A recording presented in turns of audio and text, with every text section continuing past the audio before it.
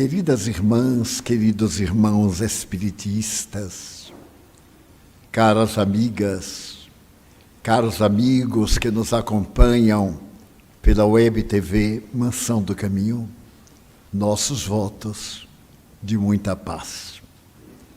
Há 112 anos, renascia na Terra um espírito de escola e renascia à semelhança dos apóstolos de Jesus.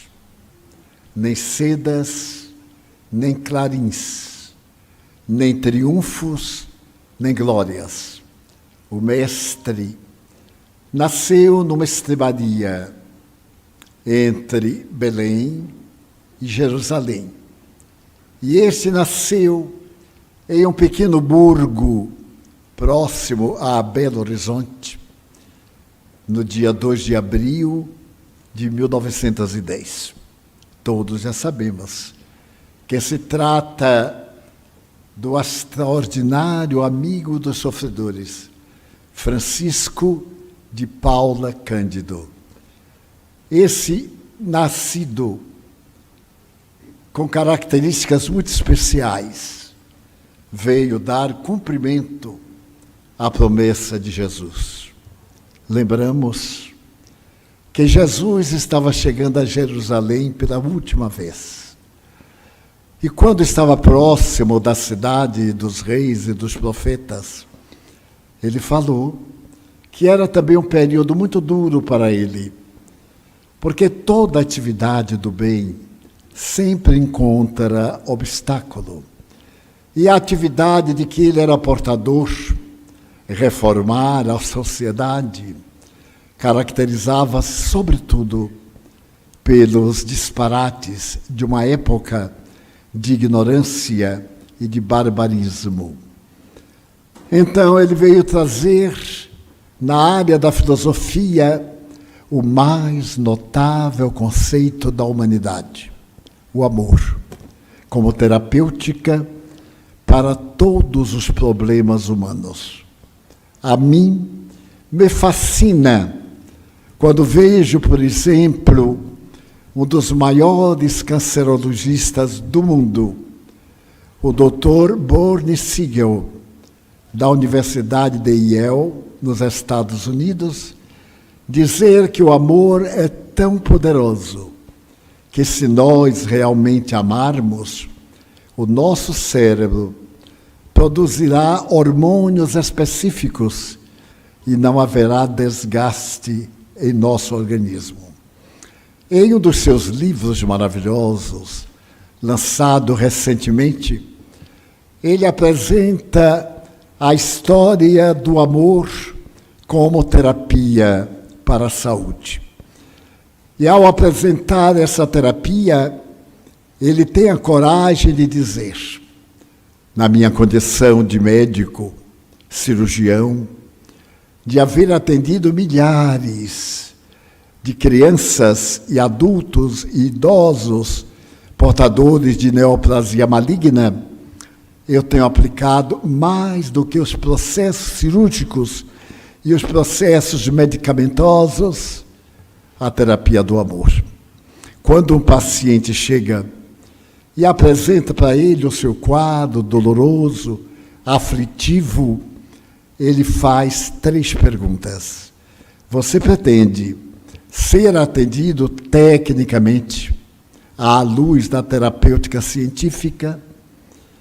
Você prefere uma cirurgia imediata ou você prefere a autocura, na qual não haverá medicamento, haverá somente você diante da sua dor? E como é claro, os pacientes, em geral, optam por serem seus próprios médicos. E nesta obra a que me refiro, ele apresenta inúmeros casos de cura total, absoluta, do desaparecimento do tumor de neoplasia maligna. As experiências de laboratório, toda a pesquisa científica é feita anteriormente. E um paciente assina um documento que optou por fazer terapia mental. Ao invés de ser um canceroso, o indivíduo é alguém portador de câncer. É muito diferente. Porque quem carrega uma coisa, liberta-se dela no momento próprio. Mas quem é a própria coisa, não tem o que fazer para poder libertar-se. E é impressionante. Eu acompanho esse médico, que eu tive a grande alegria de conhecer pessoalmente nos Estados Unidos, há 30 anos. E sempre me reportei às suas experiências terapêuticas da vontade. Ele era materialista, absolutamente ateu. Só acreditava no organismo, nas leis da natureza.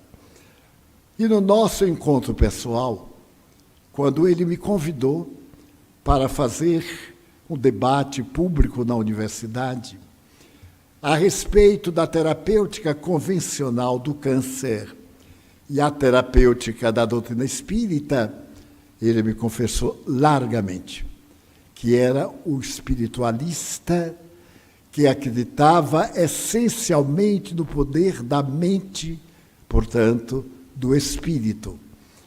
E tivemos um seminário para 1.000 pessoas da universidade, médicos, enfermeiros, paramédicos, somente para eles e alguns doentes de câncer.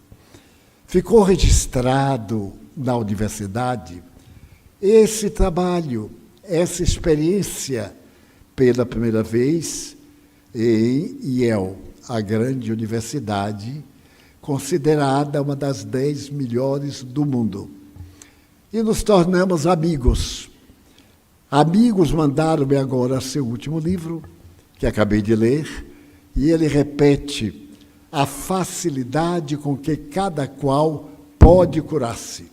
Ele não garante que todos se vão curar. É óbvio, alguém tem que morrer. Não creio que seja muito bom termos 300 anos. Com 95 já não aguento mais. Agora imaginem com mais 95. Então o fenômeno da morte é um fenômeno natural. Nada de adjetivos pungentes, dolorosos. É como numa viagem perfurar o pneu. Substitui e nós vamos chegar ao lugar do nosso destino. É uma coisa muito comum, muito natural. Então, dentro desta colocação, ele segue a medicina do futuro. E agora, recentemente, a Organização de Cardiologia Brasileira declarou que os cardiologistas acreditam, defendem e aplicam a tese de que quem tem religião tem menos ataque cardíaco do que aqueles que não têm religião, seja qual for a religião. Equivale dizer que tenha sentido existencial, que tenha uma meta, que haja desenvolvido para si algo de essencial para a existência. E numa das suas obras, o Dr. Borney diz que o câncer não é tão terrível. Agora, a palavra, sim, é terrível. Quando um paciente vai ao médico e recebe o diagnóstico de câncer, ele já acha que já morreu. Só está agora vivendo pouco. Mas se por acaso o médico disser que ele tem uma neoplasia maligna irreversível, o paciente não entende nada, não morre do câncer. Então a mente se encarrega de nos ajudar ou de nos destruir. Nós somos um dínamo gerador de energia. O nosso cérebro, quando é acionado por pensamentos bons, produz um hormônio muito semelhante àqueles que proporcionam bem-estar. Quando somos pessimistas, quando temos muitas dúvidas e desequilíbrios, o nosso cérebro produz uma substância equivalente a qualquer droga degenerativa. E isto é fácil de ver. As pessoas idealistas, as pessoas fraternas vivem muito mais do que os pessimistas, aqueles que cultivam angústia, os que têm a psicose da doença.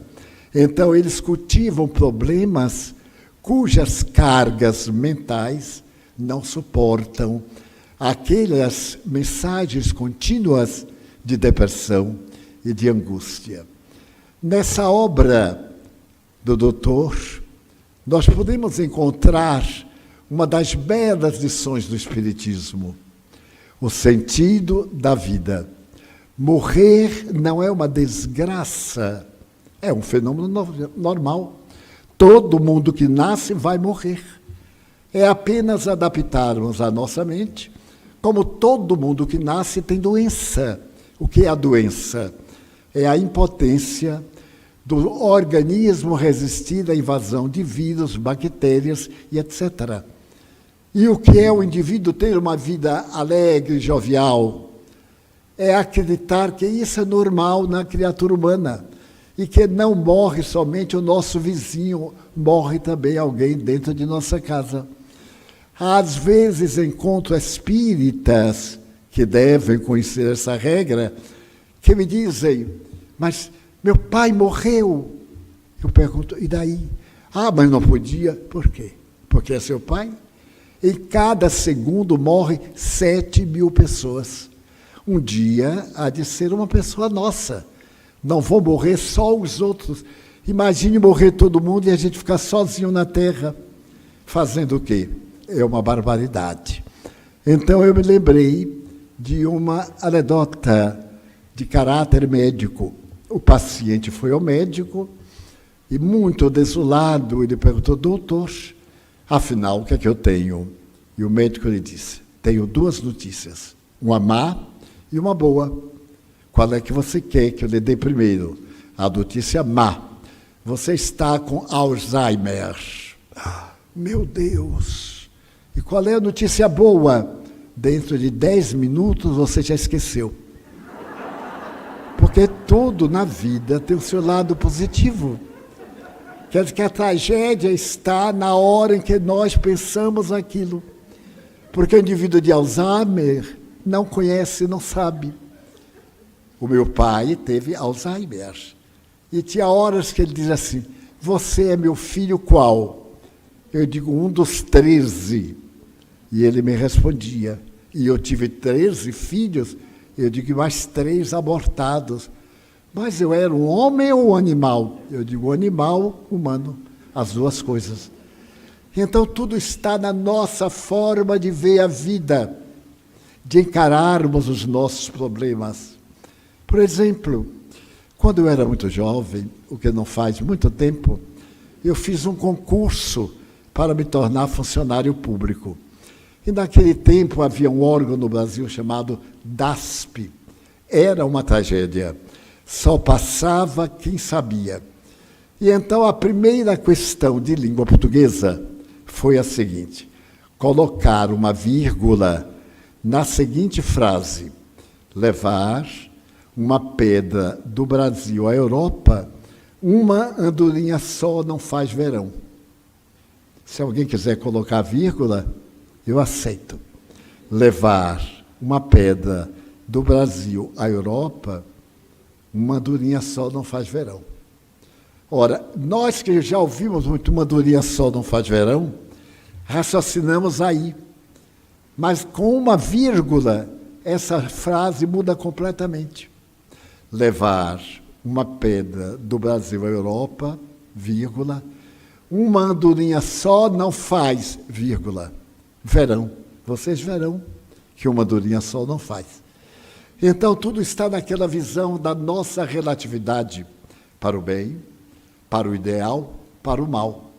Um grande filósofo contemporâneo asseverou que não existe o mal, existe a ignorância. E também o bem é o conhecimento. São formas apenas de filosofia. Ah, eu estou passando muito bem. Ótimo. Ah, mas estou passando muito mal. É claro, meu organismo está debilitado e instalou-se uma doença. Mas isto não é um mal, é uma ignorância do problema de saúde. Na hora que eu souber o antídoto para este mal, eu recupero a saúde. Dessa forma, esse admirável mestre terminou me dizendo, por fim, que agora estudava o Espiritismo, por uma razão muito bela. Quando Jesus estava chegando a Jerusalém, ele disse, neste momento, o Filho do Homem, com H maiúsculo, sofrerá, será perseguido, negado, maltratado e, acima de tudo, crucificado. Então Pedro, vendo este projeto, disse, não, Senhor, eu não deixarei, nós não deixaremos. Aí Jesus tirou a mão dele e disse, cala-te, Satanás, porque tu próprio me negarás 3 vezes antes que o galo cante. Como ele conhecia nosso caráter, nossas debilidades, assim aconteceu. E veio aos discípulos uma grande tristeza, porque naqueles 3 anos de convívio com Jesus, de ver as maravilhas universais, eles viviam no verdadeiro paraíso. E agora, como seriam suas vidas depois que Jesus se fosse? E disseram a Jesus, não nos deixes órfãos, porque ele era como uma mãe. Então ele olhou para Pedro e disse, eu vou pedir a meu Pai, para que vos mande o Espírito Consolador, o Espírito de verdade, alguém que vos repita as minhas lições e diga coisas novas que ainda não podeis suportar. A isso a Bíblia chama a segunda volta de Cristo, ou o Consolador prometido. Nasce aquele menino dentro de uma humílima residência, efeito de um matrimônio de um homem muito pobre, com uma senhora lavadeira do Rio das Velhas, que ainda hoje existe na cidadezinha de Pedro Leopoldo. Era uma senhora analfabeta, Dona Maria João de Deus.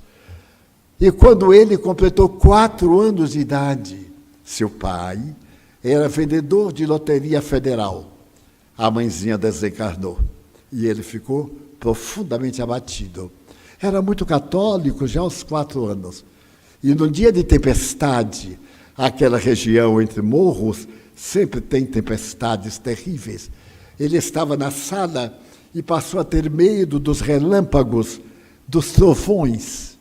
E a mãe dele, que era morta, aparece à porta e chega até ele e diz assim, Chico, meu filho, venha ver a mensagem de Deus. Pega-o pela mão e leva-o até a porta. Olha a natureza, o bailado, as cores maravilhosas dos raios, o trovão. Então veja, isso é uma música. E esses relâmpagos são a dança. Nunca tenha medo das coisas de Deus. Nasce aí a maior faculdade mediúnica dos últimos séculos. Aquele menino de 4 anos apenas passa a ver o mundo espiritual com a claridade natural de quem tem a percepção do mundo físico. E a sua vida é a mais notável história que a humanidade jamais escreveu. Eu tive a grande felicidade de o conhecer pessoalmente, no ano de 1948. Ele estava com 38 anos e eu estava com 21. Encontramos-nos em Belo Horizonte, porque eu havia sido objeto também de algo muito curioso, como narrei aqui no domingo. A conferência que eu ia fazer em Aracaju, no dia 27 de março de 1947. E no momento eu esqueci completamente o que ia dizer. Então, naquele momento de agonia, eu vi entrar um senhor que eu não conhecia e me disse, acalme-se, fique de pé, porque todo aquele que pretende servir Jesus deve estar sempre de pé. E eu não estou de pé por causa de umas hérnias de disco, a melhor companhia para uma vida de sofrimento. E depois de passar pelas hérnias, fazer várias cirurgias, eu fiquei com uma sequela, que agradeço todo dia a Deus. Mas então, sempre de pé, o que é que vale dizer? Mãos no trabalho. Madre Teresa iria dizer mais tarde, as mãos que trabalham valem mais do que os lábios que oram, e é verdade. Orar é fácil, mas transformar a prece em ação é muito difícil. Leon Tolstói, o grande escritor russo, narra que um dia um sacerdote passou pelo campo e encontrou um mujik, um agricultor, trabalhando na terra. E o sacerdote disse, homem, abandona a enxada e vem comigo ao templo orar. E o homem respondeu, não posso, eu estou arando. E o sacerdote disse, fazes bem, é melhor arar do que orar. Nós agora oramos pela paz no mundo, mas não temos paz dentro de casa. Nós pedimos Deus que apazigue russos e todos os povos que lhe estão submetidos. Mas será que nós temos paz? Pai, filho, filhos e pais, pessoas que se amam, por uma bobagem, quantas vezes ficamos inimigos, com o ódio que nos matamos, que é a maior violência. Deus nos deu um instinto, que é o instinto de preservação da vida. Todos os animais têm. Qualquer animal, quando chega no perigo, ele para. Porque o seu instinto de preservação da vida atua no seu inconsciente. E, no entanto, nós nos matamos por qualquer coisa, por um desgosto, porque o nosso raciocínio é ególatra. Então, Jesus mandou que viria um consolador para as horas difíceis. Mandaria alguém, mas não seria alguém em corpo físico, seria alguém ideal. E isto foi o Espiritismo, que apareceu no dia 18 de abril de 1857, através de um livro, o Livro dos Espíritos, que é um tratado de filosofia com 1019 questões. Fora as perguntas e respostas, outras de Allan Kardec, que não foram catalogadas dentro daquelas questões que fazem o Livro dos Espíritos. Dessa forma, aquele menino Chico Xavier iria ser a maior demonstração do Consolador na face da terra. Católico, porque toda religião é boa, a depender da pessoa. Nenhuma religião salva a quem não se salva. Eu sou espírita desde muito jovem, mas não é o espiritismo que vai me salvar, são os meus esforços para fazer o que o espiritismo recomenda. Não tenha inimigos, não revide mal por mal, procure ser irmão, do seu inimigo, procure ser útil, deixe na terra pegadas para quem vem depois, seguir os seus pés que levaram ao porto de segurança. Também a igreja não salva ninguém. Ela tem a sua teologia, ela tem o seu código, ela tem as suas leis morais.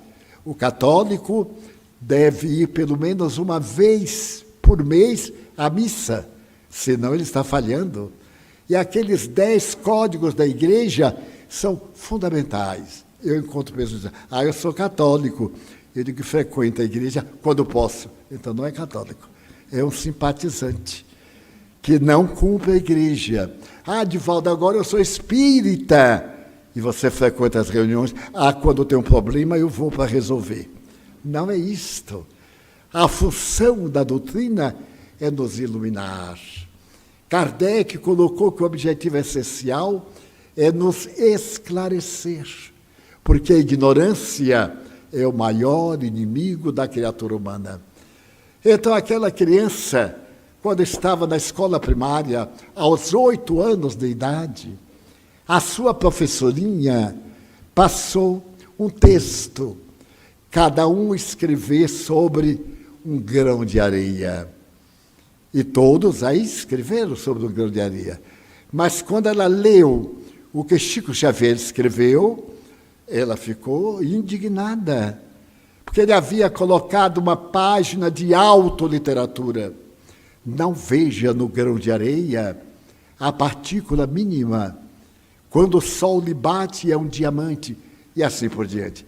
Todos na escola, inclusive a direção, entenderam que ele havia copiado, alguém havia escrito por ele, e ele havia sido inspirado pelo seu guia espiritual, Emmanuel, que graças à sua atitude moral e elevação espiritual, deixou escritos, entre outros autores, 432 livros.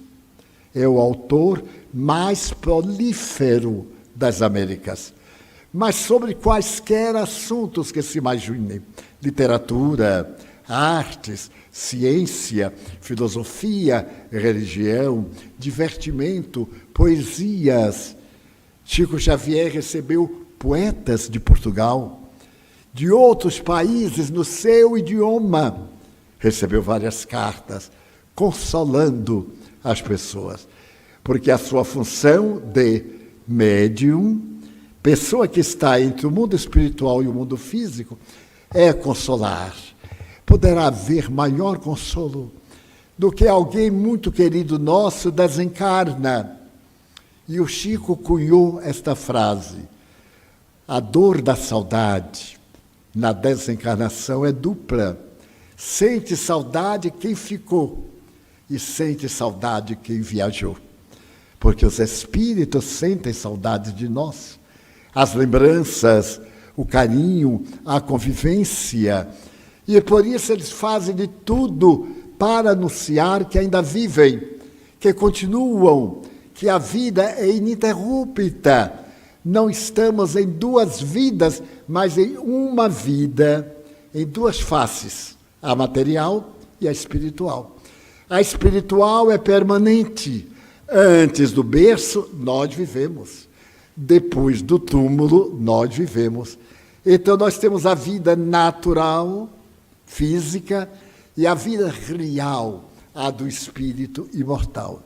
E Chico Xavier irá tornar-se o mais notável médium polivalente. Polivalente. No ano de 1954, eu tive um problema na garganta e fui diagnosticado com um câncer em São Paulo. E o médico disse que valia a pena, de imediato, eu fazer uma cirurgia. 54. Ainda não havia a técnica moderna. Mas eu lhe expliquei que morava na Bahia, em Salvador, e queria vir me despedir de meus pais. Como eu era funcionário público, o meu instituto mantém, no Rio de Janeiro, na cidade de Correias, um dos melhores hospitais do Brasil. E que eu iria fazer no instituto, porque eu não pagava nada. Então eu fiquei afônico, quase não podia falar, com dores muito fortes. Antes de vir a Salvador, eu passei por Belo Horizonte, avisei a Chico, e que iria visitá-lo. São pouco mais de 80 quilômetros entre uma cidade e outra. Então, eu ia visitá-lo na próxima quarta-feira. Estando em Belo Horizonte, eu já tinha vários amigos e combinamos com 3 deles irmos fazer uma visita ao venerando amigo. Nós fomos. Naquele tempo, houve uma sessão e eu estava com muitas dores na garganta. E o Chico fez de conta que não notou, porque quando começou a reunião, ele ficava escrevendo, e um orador, outro, o tempo que ele escrevia, de 8h30 até 2h. E então ele me pediu para falar. Eu disse, mas não é possível. Ele sabe que me dói muito e que eu não aguento, mas aí eu fiz um esforço e falei. Falei 1h e pouco. Mais tarde, ele me fez um outro bilhete, Dr. Bezerra de Menezes, e pediu que eu falasse até ele acabar. Eu digo, nossa, ele quer me matar, não é possível? E aí fiquei falando, fiquei rouco, fiquei de qualquer forma. E quando terminou a reunião, nós fomos à casa do seu irmão. Porque em Minas existem os melhores acepipes e guloseimas, as coisinhas feitas em casa, a broa de milho e 1 milhão de outras coisas. E então nós íamos sempre, pela madrugada, 2, 3 horas, comer broa, tomar café para dormir. E eu ia de braço dado com o Chico.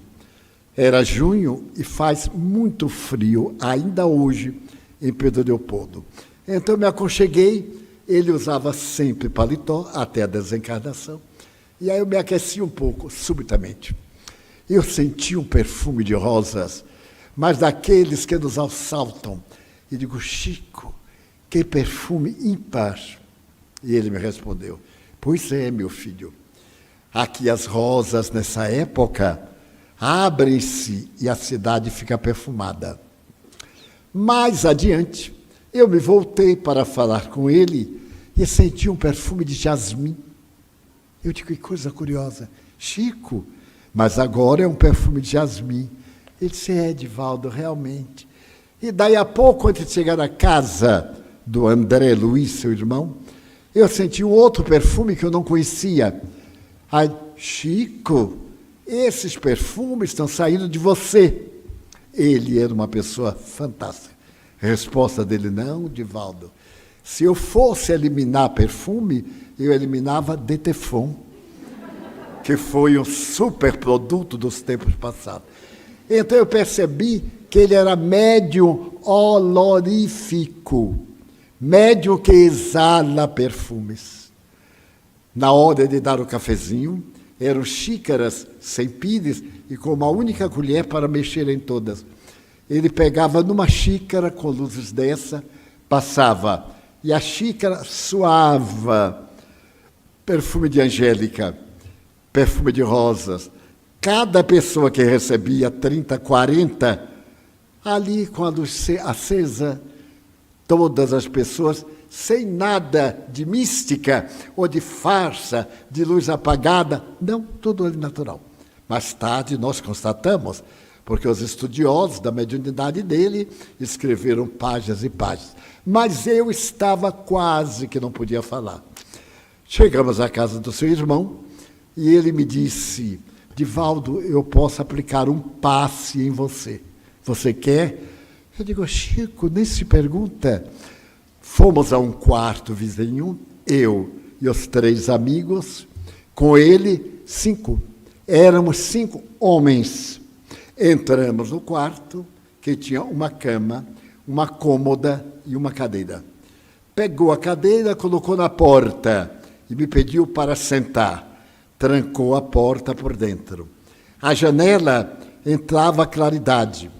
Então alguém pegou um cobertor, dorme bem, esse cobertor maravilhoso, né? Que quando a gente cobre a cabeça, descobre os pés. Quando cobre o pé, descobre a cabeça. Lá em Belo Horizonte chamam bicicleta, porque a pessoa fica o tempo inteiro mudando. Pois bem. Então fechou e ele disse, apague a luz que estava atrás de mim. Veio um escudo de breu. E ele disse, Divaldo, ore o Pai Nosso. Até aí era o Chico falando, a voz. Eu então comecei, Pai Nosso, que estás nos céus. Aí eu ouvi, e os meus amigos, Divaldo desce, numa voz feminina. Eu tive um susto, porque não havia nenhuma pessoa do sexo feminino. E claro, eu conhecia a voz de meus amigos, e a do Chico era uma voz muito especial. E então, a voz se aproximou de mim e me disse, abre os olhos, porque eu estava orando de olhos fechados. Quando eu abri os olhos, estava de frente de mim, com 1,60 m, 1,65 m mais ou menos, uma jovem, loura, o cabelo partido ao meio, loura, e a claridade dela era tão grande que eu via os tijolos, as marcas dos tijolos no chão. Eu então olhei e disse assim, meu Deus! E ela disse, Ich bin Sheila. Eu sou Sheila. Mas falou do mais perfeito alemão. Eu ainda não tinha visitado a Alemanha, mas a partir daí eu já visitei mais de 20 vezes. E todo o sotaque eu passei por várias cidades, posso hoje distinguir os sotaques. Eu vi aquele espírito notável, ela me disse, eu era enfermeira na Primeira Guerra Mundial e desencarnei na cidade de Hamburgo. O meu namorado estava também na guerra, eu estava com 16 anos de volta. E então um petardo, uma bomba, caiu perto de mim e um pedaço dela me levou metade do rosto. Eu caí e quando eu estava naquele transe, eu ouvi uma voz que dizia, Sheila, desperte, não há tempo para dormir, vamos trabalhar.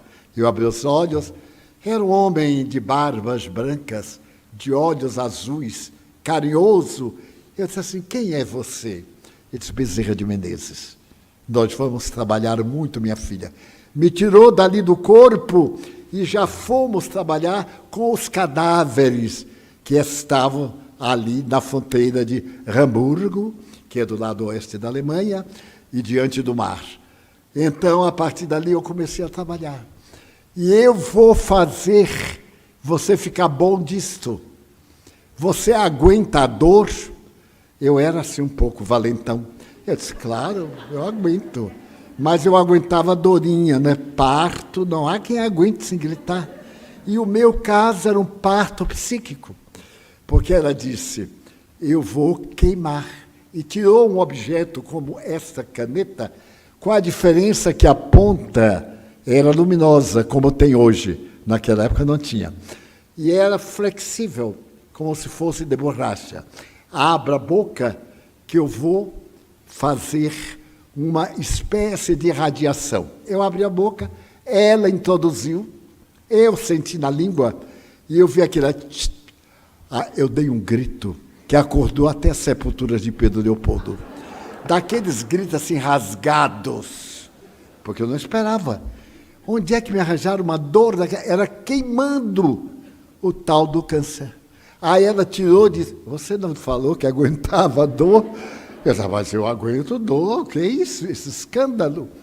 Ela disse, mas vai ter novamente. Eu digo, não, minha irmã, eu já estou ótimo. Muito obrigada, não vai ter. Aí abri a boca novamente, uma segunda dose. Fiquei absolutamente curado naquela hora. Saí dali com a minha voz perfeitamente normal. Até hoje. E Sheila tornou-se minha amiga. Então, isso dá a ideia da mediunidade de Chico Xavier, em um campo de materialização. A pessoa que estava ali era uma jovem de 16 anos, que apertou minha mão, que me tomou o pulso, que me colou um objeto na garganta e me curou do câncer ou do que é que fosse. A partir de então, eu me fui introduzindo mais amigo, né? Desde 48, ele morreu em 1902, ou melhor, 2002. Então, nós tivemos uma convivência íntima. Eu dormi na sua casa, no mesmo quarto, tanto em Pedro Leopoldo quanto em Uberaba. Então, posso falar tranquilamente, porque eu conheci em loco, com muita intimidade. E vou lhes contar um detalhe muito curioso. Chico Xavier era um excelente gourmet. Cozinhava muito bem, principalmente uma comida muito difícil, quiabo com galinha, que todo Belo Horizonte, Minas Gerais, usa. Eu não posso ver nem o quiabo e menos uma galinha. Já me lembro de Belo Horizonte. Mas como eu sou um bom gourmet baiano, um dia eu quis homenagear o Chico e disse que ia fazer uns pratos baianos. Levei camarão seco, que só a Bahia tem. Levei tudo que prepara, até o leite de coco eu levei ralado. Não era leite de coco de caixinha, não. Era ralado de costas, no ralo. E levei tudo, castanha, amendoim e etc. E numa sexta-feira, ele trabalhava, eu ficava na casa dele. Eu, então, fiquei na casa e preparei uma galinha de chin-chin, que é a coisa mais preciosa que Deus nos deu. Logo depois, um vatapá, daqueles que desencarna qualquer pessoa. Depois, um caruru, farófia, preparei tudo e quando ele veio meio-dia, arrumei a mesa, ele olhou, ele também tinha bastante apetite, apesar de ser médio. Ele disse assim, Divaldo, é para comer? Eu digo, tudo. Então sentamos ali os dois, convocamos os espíritos e disse, vocês que não têm comida há muito tempo, aproveitem. Aqui estão os médios, comemos nós, comem vocês. Foi uma festa, mas era dia de sessão mediúnica. Eu não me lembrei. Então, à noite, era a sessão em que ele psicografava. Das 8 da noite às 2 da manhã, sem parar. 10, 12 mensagens de pessoas que estavam no público ou não, que era mandada pelo correio. E então, quando nós fomos para lá, eu comecei a falar, e o Chico tomava essa postura. Fechava os olhos e psicografava. Eu então vi que ele estava com dificuldade. E ele fazia... E não. Bom, eu disse, meu Deus, ele não está passando bem. Quando eu terminei, ele disse assim, Emmanuel, o guia dele, falou-me assim, diga, seu amigo, quando ele tiver comida para trabalhar no campo, ele deixe isso para dia que o senhor não tem sessão. O vatapá subiu para o cérebro. A galinha de xinxim começou a dar um suor frio. Ele disse que a digestão é de 3 dias tranquilamente. Eu sempre ofereço qualquer coisa plus para ajudar o estômago. Então nós rimos muito, porque abalamos a mediunidade do Chico com um bom vatapá. Então, se alguma pessoa que viaja, vai aqui no Muqueca e fica afogado, faz parte da Bahia. Fique contente, é o sinal de que essa aqui é a Bahia. Esse rapaz era portador de uma mediunidade incomparável. Na primeira vez que eu lhe escrevi, como eu contei domingo, eu era jovenzinho, tinha 17 anos, e era mais estúpido do que outra coisa. E escrevi uma carta, como escrevia naquela época, né? Excelentíssimo senhor Francisco Cândido Xavier. Mas eu não sabia que excelentíssimo era a terceira do plural. Eu pensava que excelentíssimo era a segunda do plural. Então, tanto eu botava você como tu, Vossa Excelência. Daí eu recebo uma carta, meu querido Divaldo, você é tão jovem. Eu perguntei a Emmanuel como você era, e ele me levou à sua casa. Você estava orando. Eu vi na parede uma fotografia do senhor Petitinga, o pioneiro do Espiritismo do Brasil. Do outro lado, você tinha uma outra fotografia. Você estava sentado numa cama de tal natureza. E eu disse, Emmanuel, mas ele é jovem, tem 17 anos. E isso, para os senhores terem ideia, o que é a mediunidade? É esta faculdade de entrar no chamado mundo invisível à nossa vista comum, como dizia a médium Ivone do Amaral Pereira. E então terminava a carta, que eu tenho no meu arquivo, mande-me uma fotografia sua. Mas isso em 1947 era uma barbaridade. Para ir ao fotógrafo tinha que aguardar aquela explosão. A cara ficava também com um pouco de caliça e tudo. Mas eu mandei. Fui a um fotógrafo de mesmo, fiz a foto e mandei para ele. Ele guardou até há pouco tempo antes de desencarnar. Então, a mediunidade do Chico, ao narrá-la, é uma forma de homenagear o médium de pés descalços.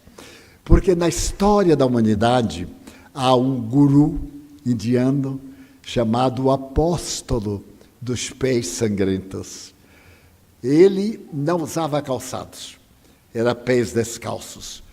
E ele, viajando pelo mundo, pela Europa, pela Ásia, onde passava, deixava marcas sanguíneas.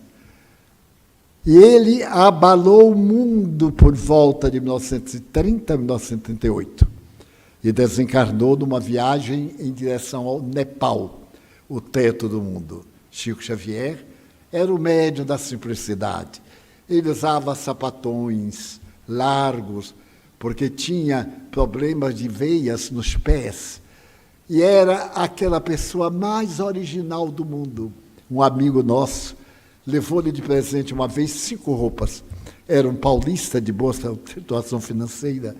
E o Chico agradeceu, ficou constrangido, mas era normal que o amigo desse-lhe o presente. E ele me contou assim, ai, Divaldo, 5 ternos, 5 roupas de casimira. Eu então botei no cabide e fiquei alisando, alegre. Meu Deus, eu já tinha 2, 5 e 2, 7. Aí eu digo assim, qual é que eu vou vestir? Entrou Emmanuel, o guia espiritual, e disse, Chico, para que um corpo que é tanta roupa, não é indireta para ninguém, viu? Ele ficou com vergonha e distribuiu as 5. E ficou usando as normais. Ele era desse humor, mas humor generoso e rico.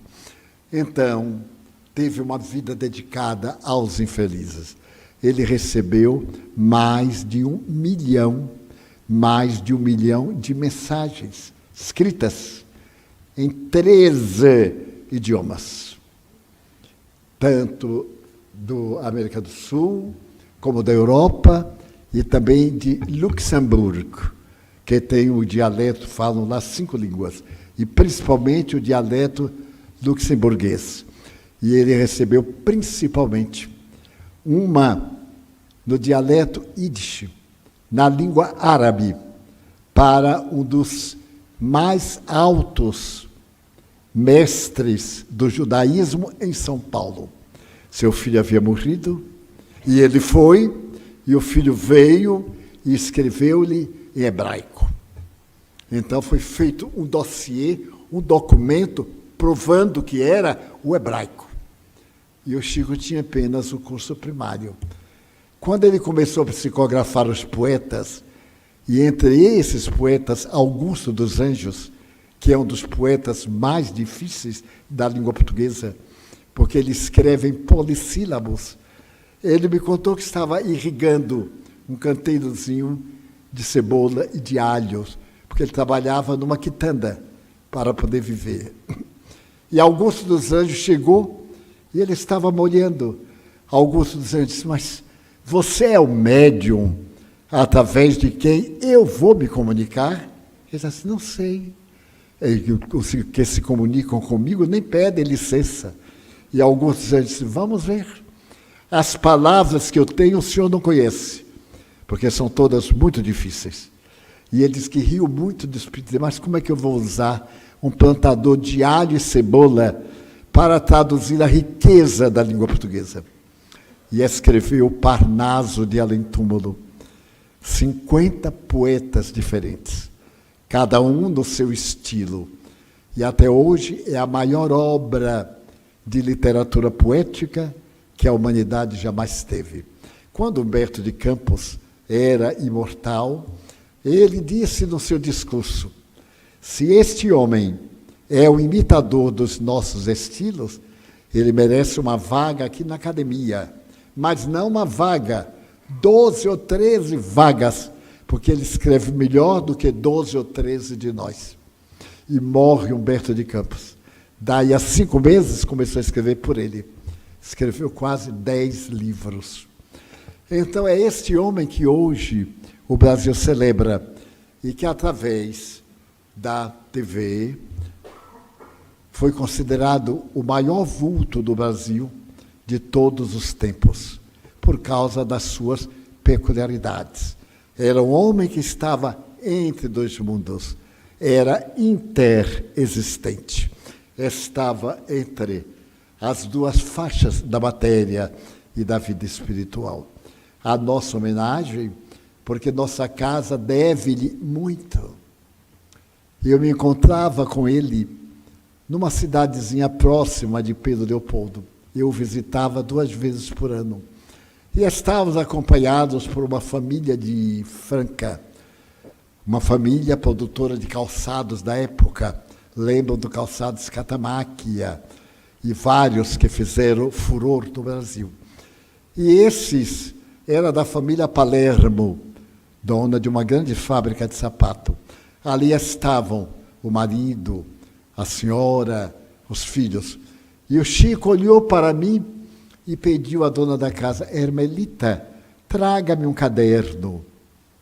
Pegou o caderno e psicografou, às 10 horas da manhã. Então, leu para mim. E foi o maior choque da minha vida. Porque eu havia psicografado um livro ditado pelo espírito Rabindranath Tagore, o poeta da Índia, prêmio Nobel de Literatura, mas eu não sabia quem era. E fiquei com receio, guardei o livro. E indo lá, eu levei o livro numa sacola para conversar com ele. Ainda não tinha conversado. E Tagore veio por ele para dar o prefácio do livro, que se chama Filigranas de Luz. Então, era uma mediunidade tão extraordinária, mas o que mais me encantava era o homem, a simplicidade, a pureza de coração, a ingenuidade. Gostava de um fato de sorriso, hilárico. E como eu viajava muito, ele pedia para eu contar, porque em cada país que eu cheguei, eu pedi para me contarem a verve do sorriso, para poder dar uma piadazinha na palestra. E fiquei sabendo como é que o francês ri, o inglês, o alemão, o norte-americano. Fui aprendendo. E então Chico me disse assim: Divaldo, conta uma história de suas palestras. Eu então narrei uma muito interessante na cidade de Zurique, na parte da língua alemã. Eu só sabia de alemão ja e nein, nada mais. Sim e não. E então aconteceu algo muito interessante que extrapolou a minha capacidade mental. Eu estava falando e um tradutor para o alemão foi acompanhando, quando de repente Joana de Ângeles me disse: ele errou. Ele disse outra palavra, repita. Eu então disse assim: olha, eu vou repetir a frase. Repeti a frase. Ele errou novamente. Aí Joana me disse: tente novamente. Eu então falei em português, fiz um outro sentido, e ele errou. Então Joana me diz assim: diga ao público em inglês que ele se equivocou. Porque eu falava reencarnação, e ele, por ser protestante, falava ressurreição.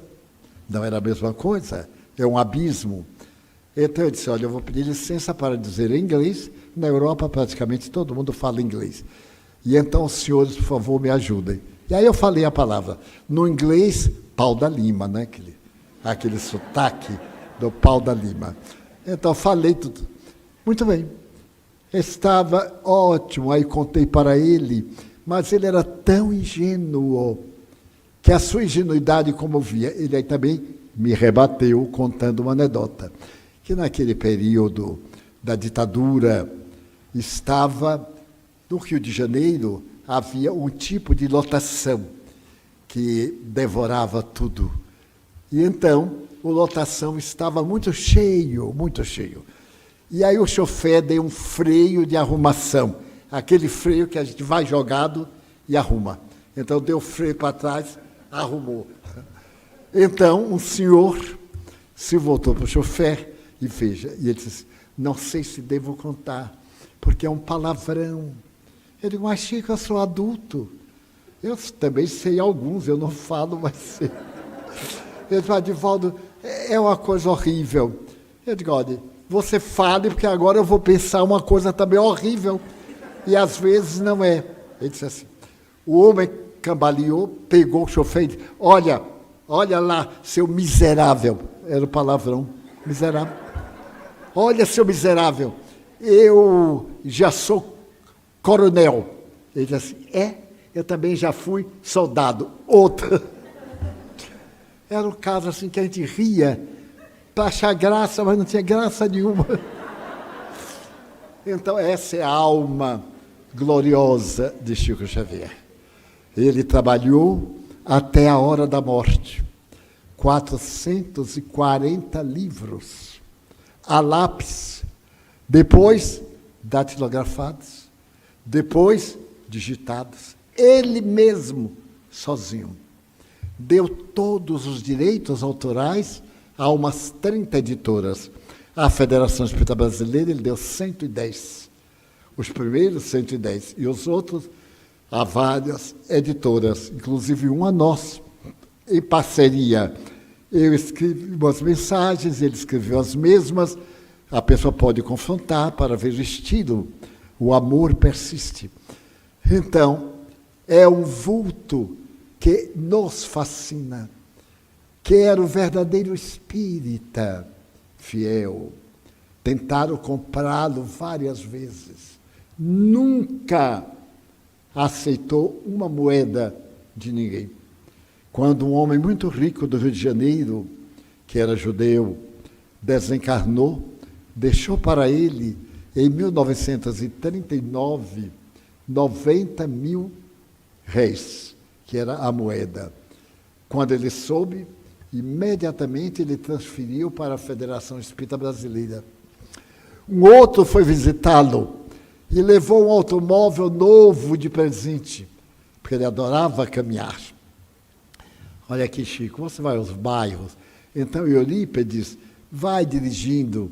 Ele ficou deslumbrado com aquele carro. E um amigo estava lá com ele, com muitos problemas, muita necessidade.